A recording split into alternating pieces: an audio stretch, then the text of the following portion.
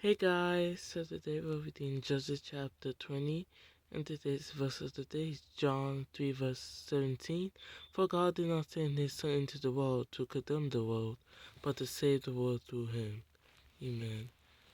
And so today we're reading Judges chapters 20. Judges chapter 20. Then all Israel, from Dan to Beersheba, and from the land of Gilead, came together as one and assembled before the Lord in Mizpah. The leaders of all the people of the tribes of Israel took their places in the assembly of God's people, 400,000 men armed with swords. The Benjaminites heard that the Israelites had gone up to Mizpah. Then the Israelites said, "Tell us how this awful thing happened." So the Levite, the husband of the murdered woman, said, "I and my concubine came to Gibeah in Benjamin to spend the night. During the night the men of Gibeah came after me and surrounded the house, intending to kill me. They raped my concubine, and she died. I took my concubine, cut her into pieces, and sent one piece to each region of Israel's inheritance, because they committed this lewd and outrageous act in Israel. Now all you Israelites, speak up and tell me what you have decided to do." All the men rose up together as one, saying, "None of us will go home. No, not one of us will return to his house. But now this is what we'll do to Gibeah. We'll go up against it in the order decided by casting lots. We'll take 10 men out of every 100 from all the tribes of Israel, and 100 from 1,000, and 1,000 from 10,000, to get provisions for the army. Then when the army arrives at Gibeah in Benjamin, it can give them what they deserve for this outrageous act done in Israel." So all the Israelites got together and united as one against the city. The tribes of Israel sent messengers throughout the tribe of Benjamin, saying, "What about this awful crime that was committed among you? Now turn those wicked men of Gibeah over to us, so that we may put them to death and purge the evil from Israel." But the Benjaminites would not listen to their fellow Israelites. From their towns they came together at Gibeah to fight against the Israelites. At once the Benjaminites mobilized 26,000 swordsmen from their towns, in addition to 700 able young men from those living in Gibeah. Among all these soldiers there were 700 select troops who were left-handed, each of whom could sling a stone at a hair and not miss. Israel, apart from Benjamin, mustered 400,000 swordsmen, all of them fit for battle. The Israelites went up to Bethel and inquired of God. They said, "Who of us is to go up first to fight against the Benjaminites?" The Lord replied, "Judah shall go first." The next morning, the Israelites got up and pitched camp near Gibeah. The Israelites went out to fight the Benjaminites and took up battle positions against them at Gibeah.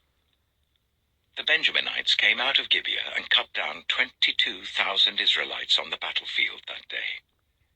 But the Israelites encouraged one another and again took up their positions where they had stationed themselves the first day. The Israelites went up and wept before the Lord until evening. And they inquired of the Lord. They said, "Shall we go up again to fight against the Benjaminites, our fellow Israelites?" The Lord answered, "Go up against them." Then the Israelites drew near to Benjamin the second day. This time, when the Benjaminites came out from Gibeah to oppose them, they cut down another 18,000 Israelites, all of them armed with swords. Then all the Israelites, the whole army, went up to Bethel, and there they sat, weeping before the Lord. They fasted that day until evening, and presented burnt offerings and fellowship offerings to the Lord. And the Israelites inquired of the Lord. In those days the Ark of the Covenant of God was there, with Phinehas, son of Eleazar, the son of Aaron, ministering before it. They asked, "Shall we go up again to fight against the Benjaminites, our fellow Israelites, or not?" The Lord responded, "Go, for tomorrow I will give them into your hands." Then Israel set an ambush around Gibeah. They went up against the Benjaminites on the third day, and took up positions against Gibeah as they had done before. The Benjaminites came out to meet them, and were drawn away from the city. They began to inflict casualties on the Israelites as before, so that about 30 men fell in the open field and on the roads, the one leading to Bethel and the other to Gibeah. While the Benjaminites were saying, "We are defeating them as before," the Israelites were saying, "Let's retreat and draw them away from the city to the roads." All of the men of Israel moved from their places and took up positions at Baal Tamar, and the Israelite ambush charged out of its place on the west of Gibeah. Then 10,000 of Israel's able young men made a frontal attack on Gibeah.